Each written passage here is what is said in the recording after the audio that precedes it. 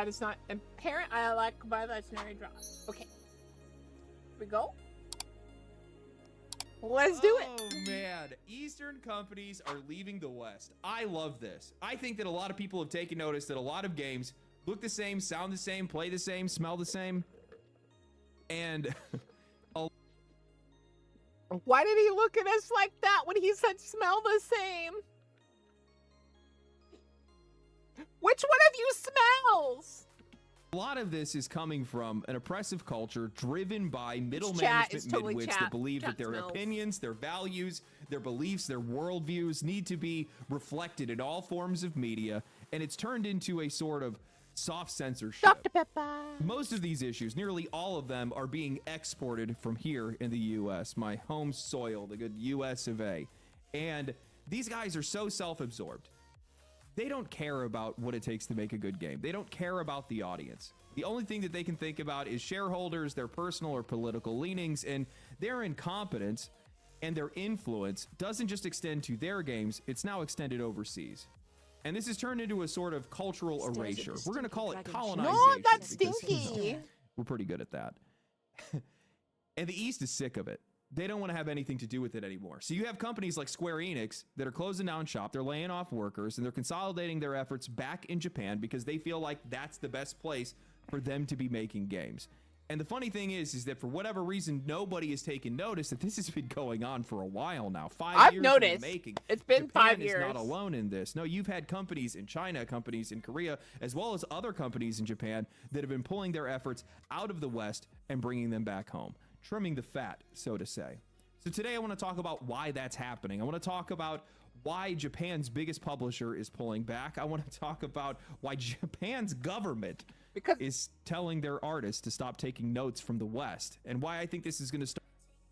It's because they noticed. Smell what, Boca? I smell. He said you smelled. But, I noticed this for a while, and it's because they noticed that those games bomb. Like, Nintendo's probably the only one that's part of the problem. And I don't think it's,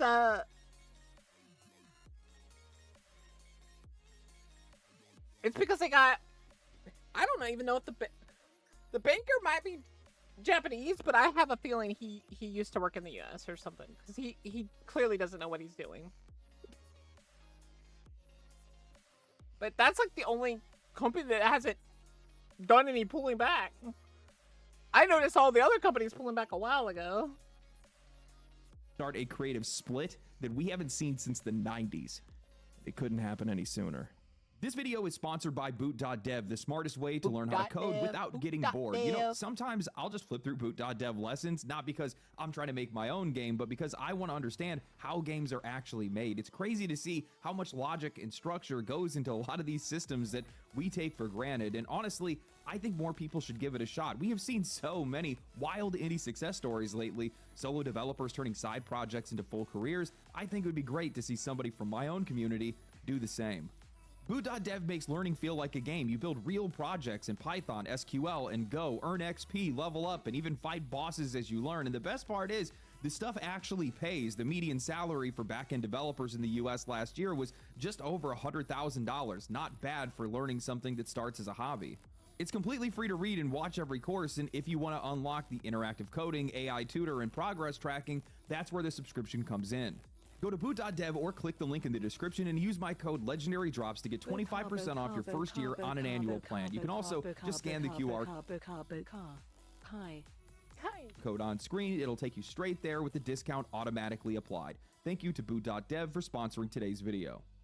A lot of games media has spent the past couple of years mourning the layoffs, the studio closures, the failed games. They've been blaming the economy, inflation, tariffs, whatever the bad games. All this other stuff, irrelevant.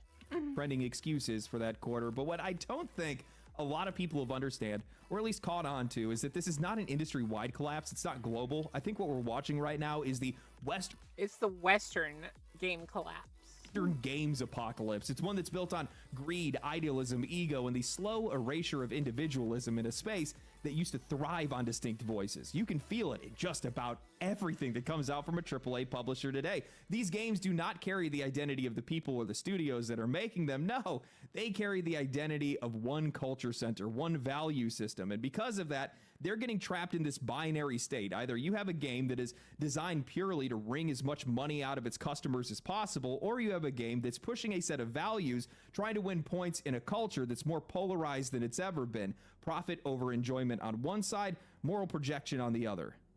What this has led to is more and more games, whether made in the West or simply influenced by the West, and they're releasing to an audience that simply doesn't exist. The same thing is happening in movies and TV. This isn't some hit piece on anyone's beliefs or values, by the way. People can believe whatever they want to. The issue is when the expectation is that everybody... The issue is when you try to shove it on other people. No one cares. No one needs your values shoved on them. And the second they feel like your values are being shoved on them, they leave. Because they don't need to sit there and take that. Somebody else is required to bend to them, agree to them, and then pay for content that's built around selling someone else's worldview. This would be fine if it all stayed in the West, but of course it didn't. Whether it's the obsession with live service or the urge to export values the same way we export entertainment, this mindset has pushed itself into Eastern studios too, and the result has been pretty predictable. Bad localization, censorship, outright bans, forced adjustments to character designs and art. You don't have to be a part of any culture war to get hit in the crossfire. You just got to be making games or playing games, and slowly, piece by piece, these studios have been surrendering parts of themselves, parts of their own identity, because somebody else decided that their work needed to fit into a Western mold of what's acceptable. And this is something that I think was echoed perfectly by the creator of Dragon Quest last year when he was asked why designs for Dragon Quest III Remake were being censored. いろいろするとね、年齢が上がっちゃうっていうね。前年齢じゃなくなってしまうっていうのがあったりとか。まあルールがやっぱなんか各国違ったりするんでね、広く売ろうと思うと一番厳しいところに合わせざるを得ないとか。でも当時そんなこと思わなかったですけどね。コンプラっていう名のね、やっぱりね、ある種のね、なんだろうな、絶対心というべき、善の名を借りた悪みたいなのがある。全員が Exactly. There is no such thing as content that doesn't make someone uncomfortable. I made much! Under the name of compliance, it's like an absolute god, and evil disguised as good. Man, that line goes so hard. You know this dude makes banger games. We went from starting wars over oil to telling girls to put on a shirt. My deepest apologies to the rest of the world. This brand of ideologically driven censorship is not just coming from Western game studios, it's coming from ratings boards, governments, and worst of all, credit card companies. These are the people who are basically telling these artists and these creators, bend to our values or we will break you financially. And that is why the credit card companies need to be regulated. It's because they're and it's not even really them particularly, it's them, the people behind them. Like, BlackRock has money in certain companies, but it can't get into Japan because Japan won't let them. So it's making the credit card companies that it basically owns through one way or another, and it's telling them, hey, censor them. Like, make it really hard for them to do their work. Irony is that even with all this self-censorship, even with all the compromised creative directions, these companies are still losing money, a lot of money, because nobody wants to buy the end result, and those financial losses have not stayed contained. They have sent shockwaves across the ocean. Eastern governments are finally starting to wake up to what's happening, and they're actually doing something about it. Japan's Ministry of Economy, Trade, and Industry stepped up to defend its creative industries, especially games, manga, and anime, pushing growth while rejecting Western interference and restrictions being forced on them by global platforms and payment processors. The ministry's new policy lays out 5 key principles: large-scale, long-term strategic support, support for spreading Japan-made content globally, no interference in content of creative works, direct support for creators and companies, prioritizing those willing to take risks. And now I love to see a government actually stepping up to protect its local industries. And the best part is these guys are not doing it alone. No, these companies are starting to fight back too, not with speeches, but with their budgets. Because when the West is trying to bully you into submission, you got to remember there's only one language to speak, and that language is money. Stop investing in them, stop hiring them, stop relying on them, and they will change their tune. And that's exactly what some of these Eastern game companies have started doing. They started firing lots of people, pulling out. Also, they've started, like, not funding them in the same way. Basically, stuff like that. Major publisher in the East has been systematically rolling back their Western footprint, consolidating their efforts back home. In 2024, Nexon laid off hundreds of workers at Nexon America under the banner of exciting IP growth strategy. Tencent has closed 3 Western studios and laid off hundreds of workers. NetEase shut down 6 Western studios, adding to more than a dozen closures since 2022. And now, Square Enix is joining them. And I like how all those, like, games journalists framed it as if this is an evil thing. No, this is just a strategy that they need to do to keep their company afloat. Because they realize it's dumb what titled Square Americans Enix undergoes mass layoffs as it reorganizes to consolidate development in Japan. Rebecca writes, via public posts from former employees as well as confirmation from internal sources, IGN has learned that employees in the UK and the US are being informed of layoffs today, with an unknown number of US employees being dismissed by the end of the week and a possible 137 jobs at risk in the UK. Under UK law, Square Enix must undergo redundancy consultations to see if any jobs can potentially be saved, so the final number in the UK can be smaller. It's not clear yet which teams will be impacted by this or to what extent. Internally, a slide presentation, now publicly available, was also shared with employees earlier today, offered a progress report on Square Enix's ongoing reorganization of overseas organizations, of which this restructuring seems to be a part of. Per Square Enix, this strategy already involved closing overseas development studios and shifting towards consolidating development functions in Japan. As a part of this, Square Enix already sold off Crystal Dynamics, Eidos Montreal, Square Enix Montreal, and a number of associated IPs to Embracer Group. It also laid off workers across its Western operations in 2024. That leaves Square Enix with Life is Strange, Outriders, and the Just Cause franchises currently being managed by its Western studios, as well as publishing of the Power Wash Simulator.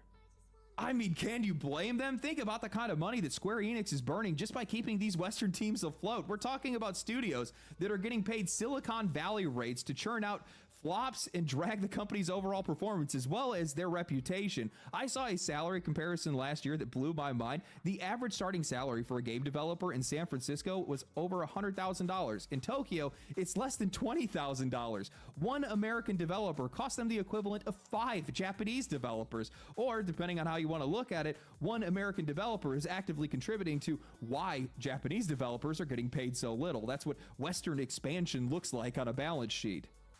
And look at the franchises they just mentioned. Just Cause hasn't mattered in ages. Outriders exploded out of the gate and then just immediately collapsed. And Life is Strange, listen, I'm not going to judge anybody. Life is Strange died after the first episode, game. I'm sorry. It's just not my type of game. But even then, how many times do we have to hear 20 million players? What does that even mean? Are those downloads, promotions? Is it Game Pass? There's commercial performance there, I'm sure, but I'm not sure that it's trending upward. No matter how many spin-offs or different DLCs they put out, it just hasn't caught on after that. Almost every single Western developed, Western published, or Western influenced project that Square Enix has touched has lost money. Marvel's Avengers was a generational disaster. Babylon's Fall died instantly, and Forspoken, man, I don't even know where to start with that one. But I do know why it happened. I'll start with that one. It was trash. Been misplaced influence, misplaced values, misplaced confidence, people pretending to represent the audience when they only want to represent themselves, and that mindset, that slow, creeping, boardroom-approved, ideological drift spread through Square Enix like a cancer. It erased their identity, their voice, and their sense of artistry. It turned a company that has been known for some of the most imaginative games on the planet into one that couldn't stop greenlighting projects that nobody asked for. And when those losses kept piling up, I think they woke up. I think they finally realized they were being pulled in the wrong direction, not just in the West, but inside their own walls in Japan, because That influence didn't stay overseas, it bled into the creative core of the company, and that's when the alarm bell started ringing. These publishers are doing exactly what they need to be doing right now. While there's still a few Western developers and Western studios and Western games that are absolutely fantastic, these are studios that are living outside of the machine. They're not chained to the social political nightmare that we are entered into almost every single. Well, that's the issue, Oak. They're getting paid so little because America's getting paid so much. In actuality, it should be closer to maybe like probably 50 million there, 50 million there. I mean, 50,000 there, 50,000 there. But it's all the way over here in America. 100,000. Pay me lots of money to make. And while I'm sure stuff this that message no won't one reach wants. you, you're doing the right thing. We need some time alone. Think about how much pressure these guys are under right now. They have ratings boards that are censoring them for showing too much skin. They have credit card companies that are withholding their money, cutting their distribution, delisting their games, or just outright flatlining their sales. The government are bought out by these credit card companies, and then you have Western media that is going to drag their games if they don't align with their ideological views. They're getting it from every single end. I couldn't imagine how these guys could take it any longer. No wonder they're fed up right now. This is Wouldn't you be fed up if everywhere you look, someone's trying to tell you no? the best thing that they can do. Absolutely, it's the best thing that they can do. They need to quarantine themselves. And better yet, the best way to be able to fix the West is stop letting them get a piece of the pie. Stop giving them money. Stop giving them jobs. I mean, look at how fast the manga and anime industries have grown over the past couple of years. I mean, the Chainsaw Man movie and the Demon Slayer movie absolutely just destroyed at the Massively did amazingly well. box office. All you got to do is wait them out. They'll come crawling back. They just need to make their own games. Don't listen to anybody else. Ignore everything that's going on over here. If you just make your own games, I can promise you it's probably going to be the best games that you've made in the past decade. We're going to buy it. I can tell you that right now. We actually already know that's the case. Because for all of the studios that have ignored any of this Western influence or any of the censorship that a lot of these guys have been put under, any of these people that are making games that are unapologetically Korean or Japanese or Chinese, every single one of these guys has found sold. success. Had sold very Too well. many games feel the same. There is so little distinction left between where any of these games are coming from that more than half the time, the only real identifier we have is the damn company logo. One of the clearest moments for me where this all just kind of hit me like a truck was Expedition 33. Sandfall is a French studio. That was a French game. That game didn't just have a French coat of paint, it lived in that artistic spirit. When I think of French art, I think of wild abandon, melancholy, and desperation, an obsession with creative expression. And Expedition 33, that game just carried it like oxygen. But of course it did, because that game came from a small team working outside the high walls of the modern games industry, far and away from all these committees and these shareholders that are just flattening everything into the same shape. Now we compare that to Ubisoft, the biggest French publisher in the world, and honestly, can any of you guys tell me or point out anything that just feels French in any of their products? I'm not saying that these games need to be stereotypically French. I don't need to be having mimes doing... Yeah, we don't need all that, but you'd think they'd at least put something in there. stealth kills, so that does actually sound kind of cool. But look at their earlier work. Rayman, Prince of Persia, the first few Assassin's Creed games. There was a real sense of craftsmanship there, a voice. You could see it in the artistry. They still have some flashes like that with Anno, Prince of Persia, The Lost Crown, and Rogue, but those are crumbs. Those aren't the focus. When you look at their main output, Rainbow Six, X-Defiant before it died, Far Cry, The Division, whatever their annualized Assassin's Creed game is going to be, there is nothing French about any of it. There's barely anything distinct about it. Ubisoft has been copying their American competitors for years, dancing to the same tune as EA and Activision, and they aren't alone in doing it. Other publishers have been doing the same. This all started for one simple reason: money. And honestly, fair enough. You want to make what sells. Military shooters and open world games for printing cash, so everybody's going to follow that trend. That's globalization 101. Bend your product's identity to sell to the biggest consumer market, and that market was the US, and the US sits on top of the global GDP charts, and almost 70% of that is coming from consumer spending. We buy a ridiculous amount of stuff, so if you're a company anywhere in the world, of course you're going to want to sell to Americans. And for a while, the studios that pander to American audiences made an absurd amount of money doing it. But what happens when Western audiences stop liking Western games? Because that's exactly where we are today, and I think that's a sign that this industry desperately needs to go back to its roots. And I think this split between the East and the West with these Eastern published... Basically it's gone reverse. Westerners do not like Western games. They like all the other games. And all the other companies started noticing that, and they're like, well, I'm not investing in US anymore if it's not gonna help me at all, and it's gonna just hurt me. Consolidating their efforts back home. I think that's going to get us there. If you guys want to know what I mean by going back to your roots, just look back to the last time this industry faced a split like this, back in the 1990s. That was the last era where the East and the West were not trying to copy each other. They weren't trying to appeal to the same audience, the same reviewers, the same value systems. These guys are just making games the way that they made games. Japan was not looking over their shoulder at America. They weren't thinking about global markets, Western censorship, or what any of these ratings boards would have to say. They were just locked into their own culture, their own imagination, their own voice. And what came out of that era? Some of the best games ever made. Final Fantasy, Dragon Quest, Metal Gear, Resident Evil, Silent Hill, Chrono Trigger, all these games built on identity, not trend chasing. Meanwhile, the West had their own thing going on. Doom, Ultima, Fallout, Half-Life, an explosion of PC games that had nothing to do with what Japan was making. Two creative ecosystems, two identities, two visions, and both were thriving. Nobody was trying to homogenize anything. Nobody was being told to appeal to anyone because they didn't need to. And that's the part that people forget. The last time that Japan ignored the West, well, they entered into their golden age. As much as I hate to say it, I think the best example that this industry needs to follow creatively, not legally, is Nintendo. Outside of how shamelessly they've been phoning in the Pokemon series, they have remained the same company for decades. The same identity, the same focus, the same creative voice. He's not wrong. Like, besides their legal issues and stuff, and Pokemon, but they have ignored aging audiences. They have ignored whatever trends the rest of the industry is chasing, and they have laughed their way to the bank while everybody else has been scrambling to survive. And it works so simply. They have built the perfect model for an overseas publisher. Nintendo is split into Nintendo Japan and Nintendo America. The American side handles the publishing, marketing, localization, customer support, all surface level necessities of a Western presence. But every ounce of creativity, every major design, every game that defines their identity is made in Japan. That structure lets them rely on the people they trust in the West to be able to promote their games while keeping their culture, their artistry, and their vision isolated from all of the noise. And now this is where my stance might rub people the wrong way, but I think it's the truth. I am a cultural essentialist. I think that... Don't get me started about the Madden games.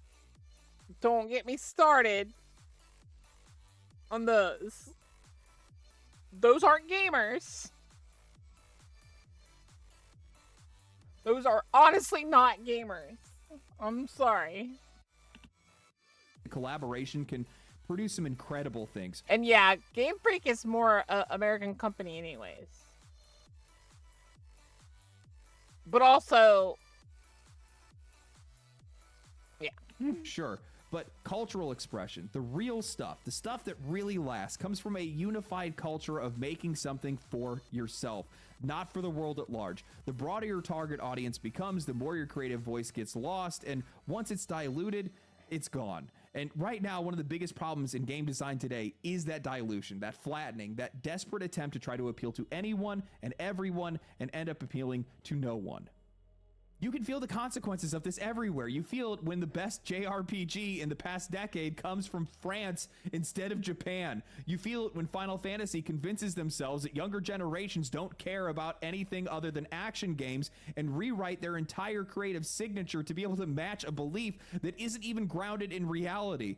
You see it across this entire industry. Identity, I'm hoping they go back to turn-based combat and stuff. Is being muted, culture is being blurred out, and every major franchise is starting to feel like like a remix of the same ideas, the same influences, and the same values. When I look at the biggest Eastern titles over the last couple of years, I think that the reason why these games resonated so deeply is because they didn't feel like Western games. They didn't try to. They represented a cultural worldview that was completely outside of our own. And because of that, everybody wanted to play it. They pushed against the grain of what the Western industry has been insisting games actually should be, even though we've been telling them it's exactly what they shouldn't be. Take Stellar Blade. There is no shot anyone in the West is going to make a character that looks like Eve or even half the other women that are in that game. And we know that's the case because almost every Western reviewer had something negative to say about it. Not because the game was bad, but because the character designs didn't align with their personal values. They then misrepresented its quality. They lectured the audience, and they were shocked when players loved it anyway. Then you got Black Myth Wukong, a game that took the world by storm. Western media dragged it too, and again, it didn't matter. None of those voices, none of those None of those voices actually matter. In the large scheme of things, no one listens to games journalists anymore because they know that they're full of it. noises mattered. What only mattered was how the players received the game, and the players saw something that they had never experienced before. There's a Dragon Quest interview not long ago that suggests they might go action-based. Some of them are action-based. I hope they stay turn-based, so I love their turn-based window into stuff. one of the oldest cultures on Earth, based on a story older than most languages, wrapped in style and tone that nobody else could replicate. Sure, it shares some DNA with some third-person action games, but that was the only familiar thing about it. And it's not just those two. Metaphor ReFantazio, Lies of P, Persona, Digimon Time Strangers, Granblue Fantasy Relink. God, I love that game. Elden Ring, Armored Core 6. God, I love that one too. You can throw the gacha games into this pile. The reason why these games have succeeded and why they've continued to succeed is because they have something that the West has completely lost. A distinct, unfiltered creative voice. There is something unique and irreplaceable about these games, a perspective that we can't find anywhere else because it comes straight from the heart of that Straight culture from the that heart. made them. No Heart to heart. dilution, no moral committees, no value laundering, just an unadulterated vision, fully expressed with no apologies and no compromise. And it shows how well the game does when they do no compromises. Where you see the American games where it's just, it honestly feels like slop. And then you see the Japanese game that, or the Chinese game, or the French game that has no apologeticness about it. It's just like, here's sexy woman, or here's literally us coded. You like it? And everyone's like, eh. And they're all like, oh, really? And players respond to that because we can feel that authenticity even when we can't articulate it It's the same thing with like streaming and stuff. People feel your authenticity all the way. We know when a game is speaking with its own voice and when it's speaking with somebody else's. I just think that everybody needs to get out of everybody else's business and the world would be a better place, and so would video games. LD for President 2028. That's my campaign. Hopefully I don't sound like too much of a tool when I say something like this, but you know, this is something that I think extends to just about every country and every creative vision that's out there. I wish American games would go back to being about bros. You guys remember that? It was bros with swords. We had bros with cars and bros with guns, bros with guns, swords, and cars. I miss when blood feuds could only be solved through violence and not friendship and hugs at the very end. I don't need games to have a moral of the story. There doesn't have to be any morals at all. I just want it to be badass. I think that...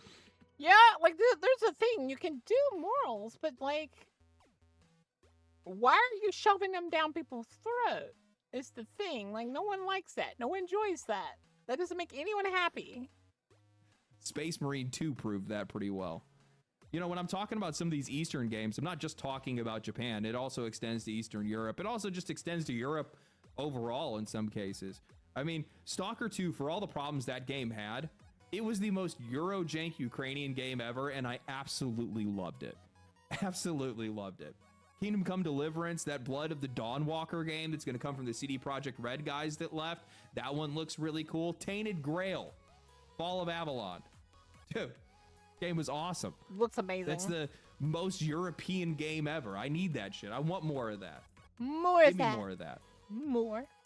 I think the best way for this industry to get back to some of the best days that we've ever seen before is for them just to isolate themselves, hide yourself from the noise and people that are trying to influence you into whatever direction they're trying to push you.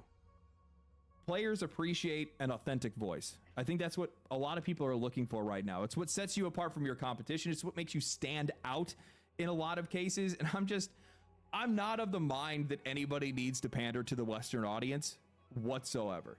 We are not a monolith. We never have been, for all I know, and we're definitely not one right now. And the best thing that you can do for yourself is just make a game that you want to play, make the game that you want to make, hedge your bets. Just make your game unapologetically. Don't look at anyone else. Don't let anyone else corrupt the vision. Just make your game. Hedge your bets and make sure that you're not spending too much money and just hope for the best. That's all you can really do. I'm really interested to see where this all goes. I really am. These guys cutting jobs, taking a lot of money away from some of these Western guys. I mean, it costs them a lot of money to be able to develop here.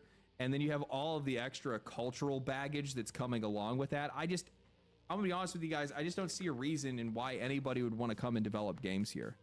It's too expensive to do so, and there's just too many problems that you're gonna have.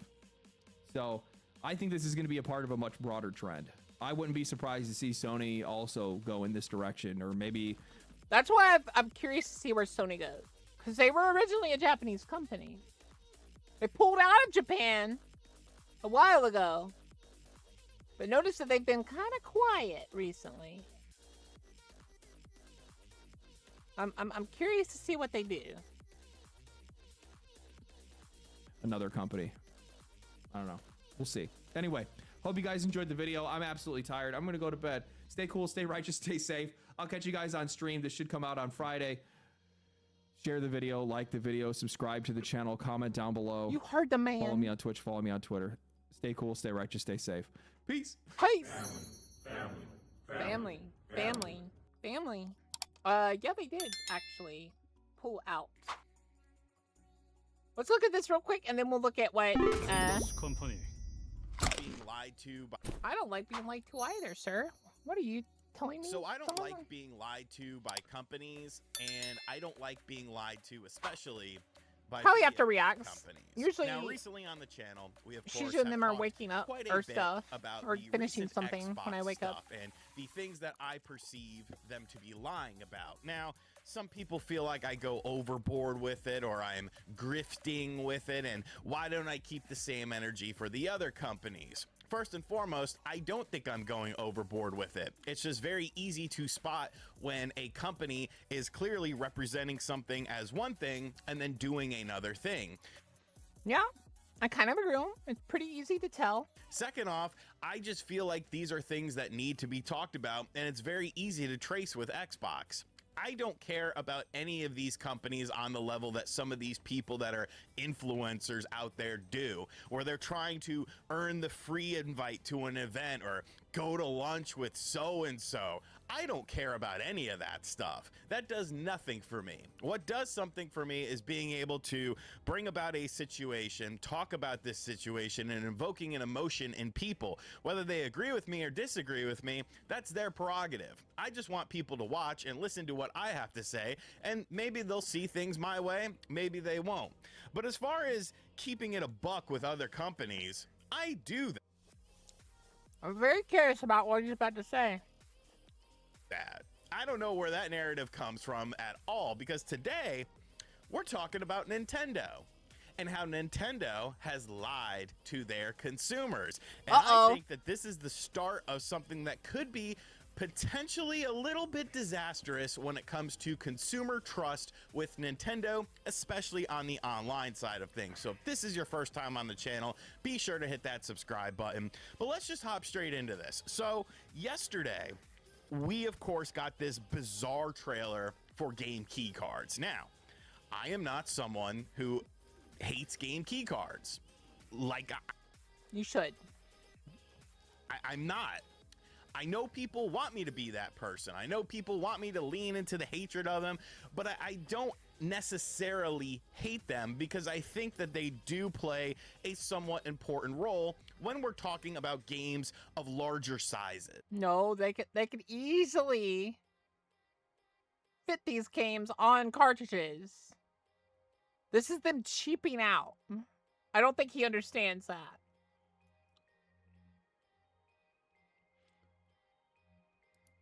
If the maximum physical cartridge capacity on a Nintendo Switch 2 is 64 gigabytes, that's obviously not enough for many bigger AAA game titles. Not even close. That's just the way it is. You could sit there and say, oh, these companies should compress their games or they should do better jobs of making their file sizes smaller.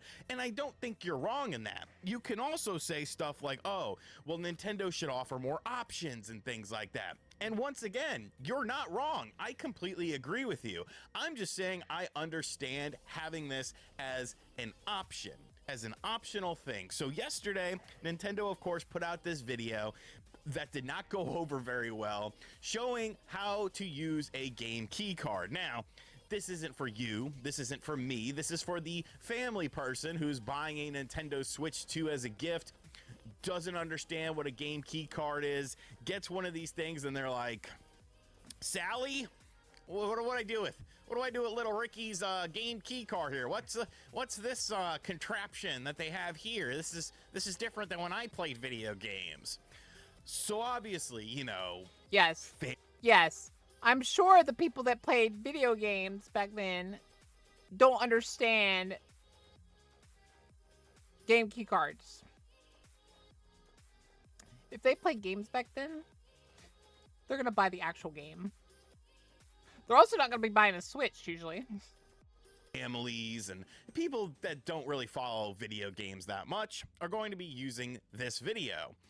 And then you started to notice, well, why are they showing a Pokemon game as a game key card? That's pretty weird. And then we learned why. Because Pokopia, I don't know if it's Pokopia or Pokopia.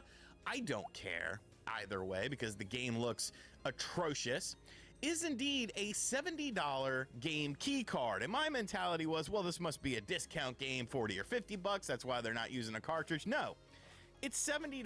That's the other, And like, it's a atrocious thing. Pokemon They're game. still charging full price for the key card. Doesn't even have the game on it. Is a glorified key just to activate a game. After that, it's useless. Now, Pokemon is 33% owned, the IP, by Nintendo themselves. Nintendo is publishing this game. Thus, this is a published Nintendo game key card game. And I got to thinking, I was like, you know, I swear, earlier this year, that there was a whole conversation about this. And I swear that Nintendo went on record as saying, oh no, you know, the game key cards are just options for partners. And it's not something we're going to use. It's just out there for other companies. And so I did a little bit of digging around and I thought to myself, well, there's no way that that could have actually happened. Because that would mean Nintendo was lying to us. Because you don't just all of a sudden decide to use a game key card for a game that's coming out in... That's right. They did say Did you do that. a dragon raid on a farm to acquire Keimken? Also, did you eat it alive? I did. But, like, I think that's literally what they did. I remember it now, actually. They literally stated this will be an option for our partners. We will not be... None of our main titles will...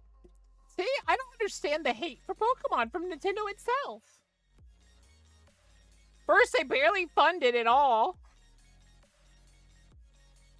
And then, like, they just put out slop, and now they're not even giving it a main game treatment. I believe it's coming out in March. It's either February or March. Like I said, I don't care about the actual game. There's no way that there's going to be a paper trail of Nintendo saying, hey, no game key cards for us. All right, so here is Nintendo Life. you could push your fears aside about seeing Mario on a game keycard aside, as Nintendo has revealed that it has no plans to use the new physical format on its first-party developed titles.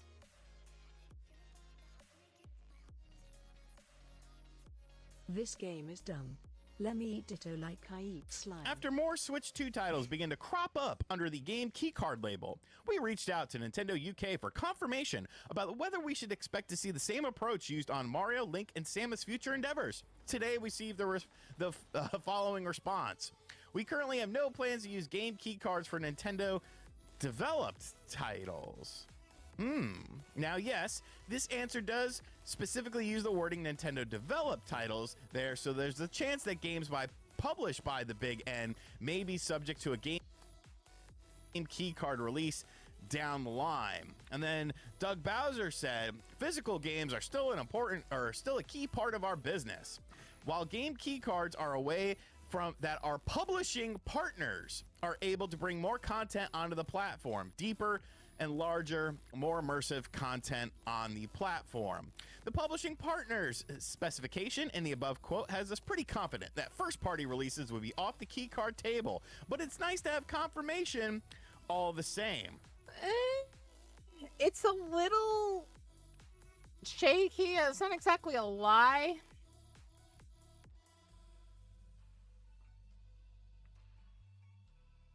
No, die. Don't care. That's what I'm saying, Doctor.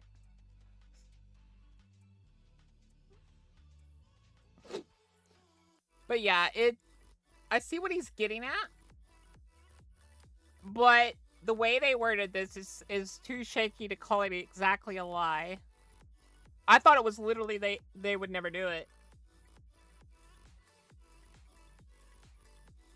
A publishing partner? Well, wait a minute here. Who's publishing Pokopia? Pokopia. Oh, it's Nintendo. And you could sit there and say, well, it's technically not a first-party game. Shut up. Just shut up with that. Where do Pokemon games go? They go on Nintendo platforms. There has never been a Pokemon game on another platform. Mobile doesn't count because mobile is its own little world. Furthermore, yes, it does say Nintendo developed titles, but they say right here that our publishing partners are able to bring more content onto the platform, deeper and larger. That statement does imply that they wouldn't use them, but the way it's worded gives them room to wiggle around. More immersive content on the platform. I am sorry, but there is nothing about Pokopia that screams deeper and larger and more immersive. This is ridiculous. This is ridiculous. And why would you ask that of Slime Roy? You know he's gonna pick the highest number. Cards. I just hate being lied to about this. Pokopia at best looks like a $40 3DS game. It does. Let's be really quick here. I'm gonna be honest, it looks like a $30 3DS game. Be real.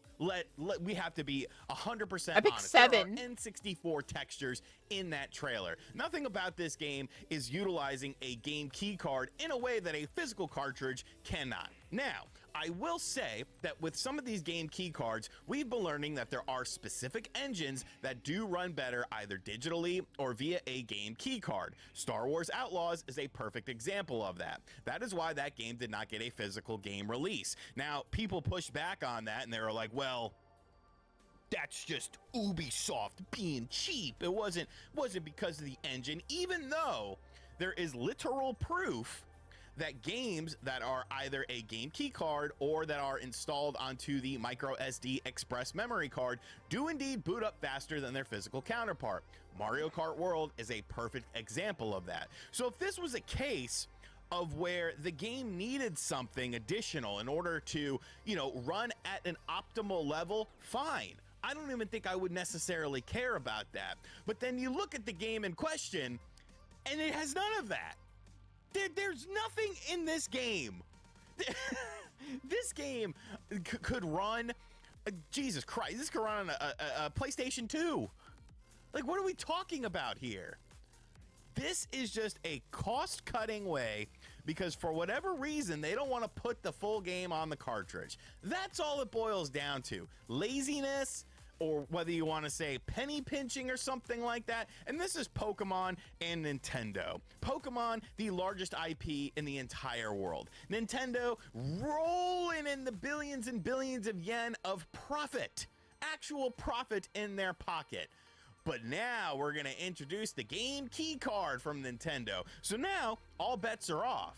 At least when you talked about a Nintendo published title on the Nintendo Switch 2 that had a physical component to it, because you got to remember, Welcome Tour, Drag X Drive, those did not have physical releases to them. They were just digital only games. Now you have to ask the question whenever a published Nintendo game is announced for the Nintendo Switch 2, well, what is it? Is it a game key card or is it a cartridge? And to say that, you know, oh, well, things changed, RGT, you're being too harsh on Nintendo. No.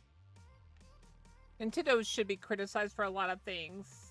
I can't really say this is a lie, You're though, being too but soft at the on same them. time, I Things do not understand change in a matter of months. Point what he blank, period. means, where It's it, not like, they implied it Pokopia wouldn't. has been in development for a couple of months. It's obviously been in development for longer than that because it's a video game that's coming out in early 2026. You have to call things out like this. I'm not saying this is the end of Nintendo. I'm not saying it's doom and gloom or Nintendo should burn in hell. I'm just simply saying that they lied about this situation. And when somebody lies to you, when a company lies to you, then you have to start second guessing everything that they do. You have to start questioning. Oh, I've been things, started because second fool guessing me once, Nintendo. shame on you. Fool me twice, shame on me. All right. So I feel better now that I've gotten that off my chest, because there's gonna be a lot of people that are just gonna gloss over this. They're gonna, you know, they're gotta gonna protect gloss Nintendo, over it. and it's They're just, gonna protect Nintendo. That's not new. That's not a change. I would say just chalk this up to Nintendo being Nintendo again right now. When the end of the world comes, and I save humanity, I will not save Nintendo. Unfortunately, I have no choice but to save Pokemon, as it is an essential. It is essential. it's like, what is wrong? Why are you protecting a video game? Unless this company is paying your mortgage, paying your rent, paying your light bill or something, there's no reason to simp for them. There's no reason to defend them. Who cares? Speak what you think. Feel how you want to feel. There's no such thing as right or wrong when it comes to opinions, especially about video game Absolutely. There is no right or wrong when it comes to opinions. companies. Freaking weirdos, man. I hope Pokopia flop. It will flop. Pokopia That's to the flop. issue. Pokopia.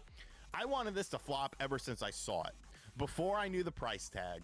Before I knew that this was a game key card that is being published by Nintendo, and Nintendo lied about publishing game key cards, I wanted this game to do terrible, because I think the Pokemon company, when it comes to video games, needs a wake-up call. They need a kick in the ass, but people just keep on buying the slop, so there's nothing you can do. The thing is, a lot of people are waking up. Even people that did buy the Switch 2, a good bit of them either lost their Switch 2 because they bricked it for some ungodly reason that Nintendo decided that they needed to be bricked. They got bricked because they tried to customize their Nintendo Switch, and now they're on the hate train. Or they ruined a game or something on the Mario Kart. And a lot of people are pissed off about that and are starting to hate them for it.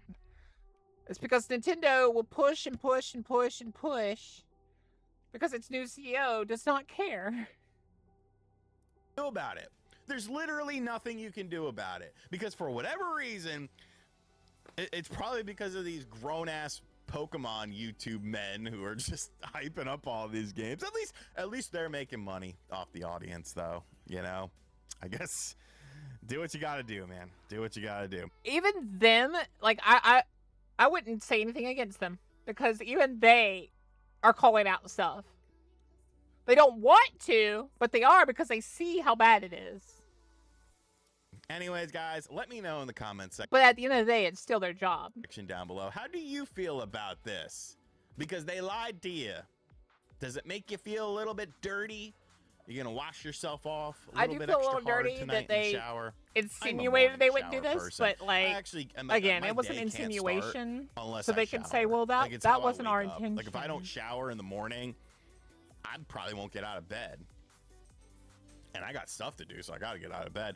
Let me know what you think in the comments section down below. And as always, guys, thank you for checking out this video. If you are new to the channel, be sure to hit that subscribe button. Be sure to like, comment, and share. Hit the bell as well. And as always, I'll catch you guys on the next video. Later. Later. I was gonna watch this, but I kind of want to just start playing games. So that is him. That is the man. Don't forget to give him a like and a follow if you like the stuff.